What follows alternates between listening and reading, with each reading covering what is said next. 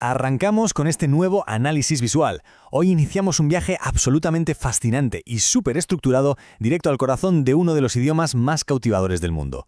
Vamos a desgranar los fundamentos del idioma japonés, basándonos en el excelente documento Japonés Konichem. Y tranquilos, en lugar de abrumarnos con reglas gramaticales interminables, vamos a construir una base súper sólida apoyándonos en los tres pilares fundamentales de su escritura. Va a ser un recorrido clarísimo, súper directo y, la verdad, muy revelador.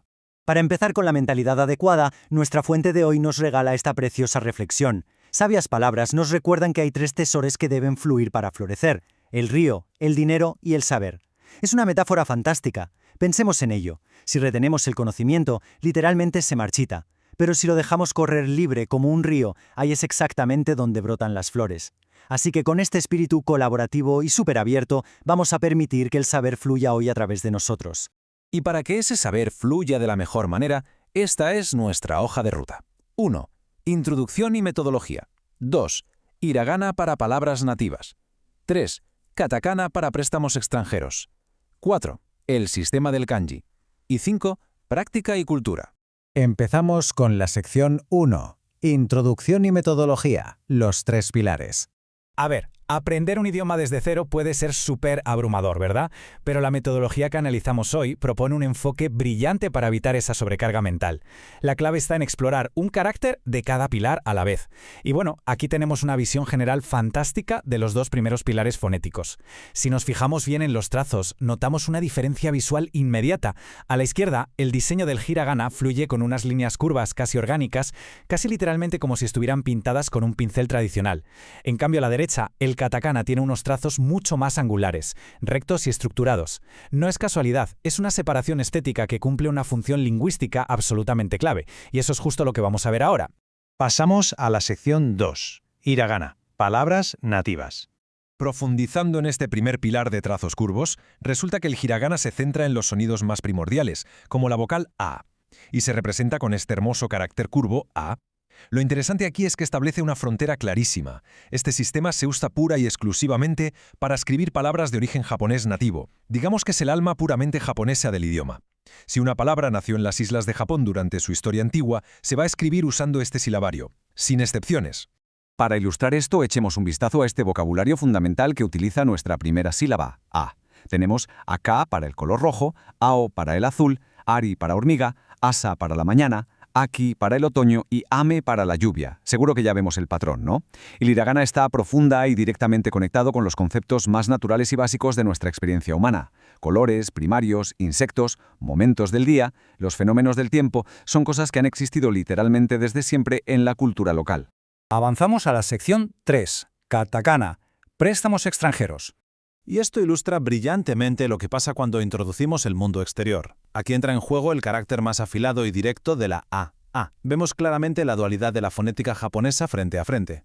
Por una parte, las palabras nativas y orgánicas con el hiragana curvo, y por otra, los préstamos extranjeros marcados por la rigidez del katakana. Es increíble porque esta separación visual permite saber de un solo vistazo, solo con la forma de las letras, si estamos ante un concepto ancestral japonés o un término moderno importado. Es literalmente un diseño de interfaz lingüística genial.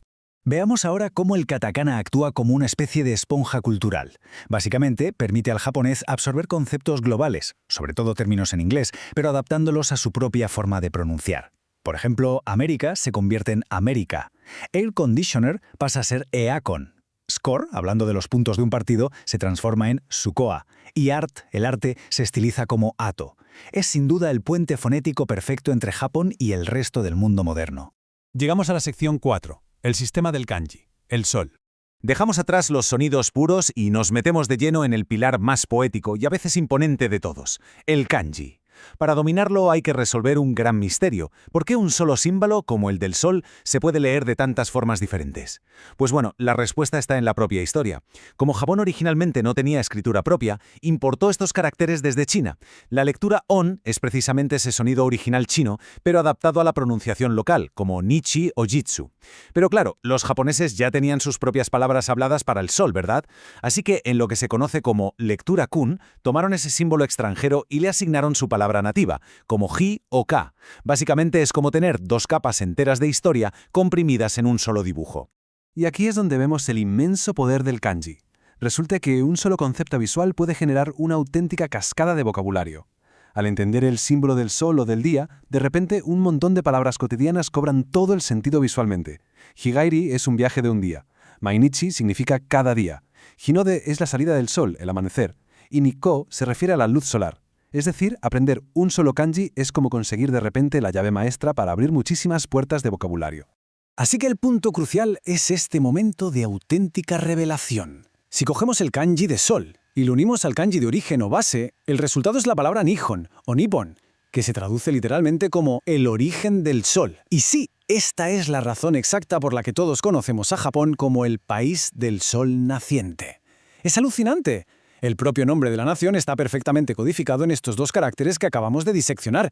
Y pasamos a nuestra última parada, sección 5, práctica y cultura.